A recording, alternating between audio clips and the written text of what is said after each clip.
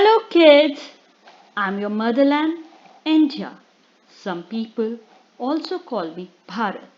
I've got my name Bharat from a very brave and a good king called Bharat. He was so brave that he used to play with the lion cubs when he was a child.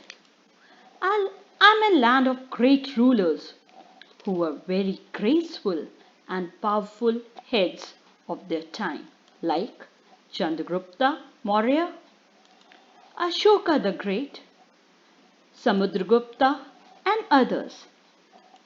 These rulers left their imprints in the history by winning battles, making great monuments, writing scriptures, and doing developmental work for the people.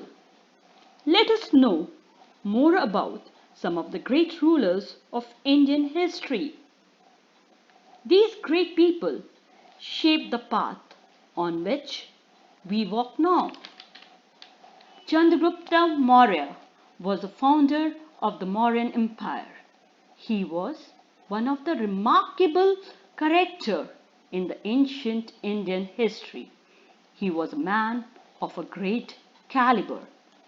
He established a powerful Mauryan empire which marked a new beginning in the history of India.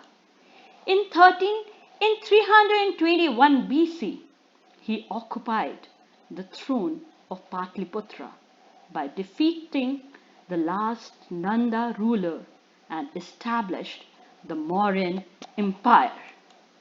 Kautilya or Chanakya was the chief advisor of Chandragupta. He counseled and guided Chandragupta in his adolescence. It was due to his help that Chandragupta was able to defeat the Nandas. Chandragupta unified India for the first time in history. Chandragupta's courage with Chanakya's intelligence turned Mauryan Empire into one of the most powerful empires of all time.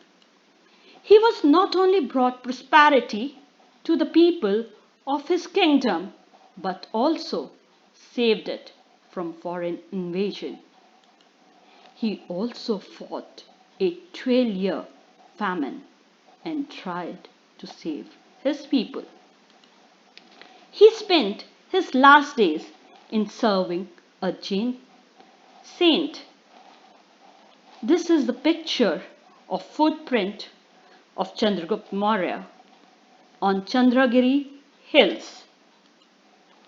In the courtyard opposite gate number 5 of Parliament House, a symbolic bronze statue of Chandragupta is installed. Now, I'm going to tell you about a great ruler, Ashoka. Ashoka the Great was the greatest ruler of ancient India. He was a grandson of Chandragupta Maurya. He was a great warrior, king, and extended his kingdom during the first 8 years of his reign. Kalinga was the only kingdom which could not be controlled by the Mauryas. So they had to campaign against Kalinga. This was done by Ashoka. The great loss of lives in Kalinga war changed his heart. He felt responsible for the suffering and regretted it. He decided never to fight a war again. He became a follower of Buddhism. Thereafter, moved towards the path of peace and non-violence.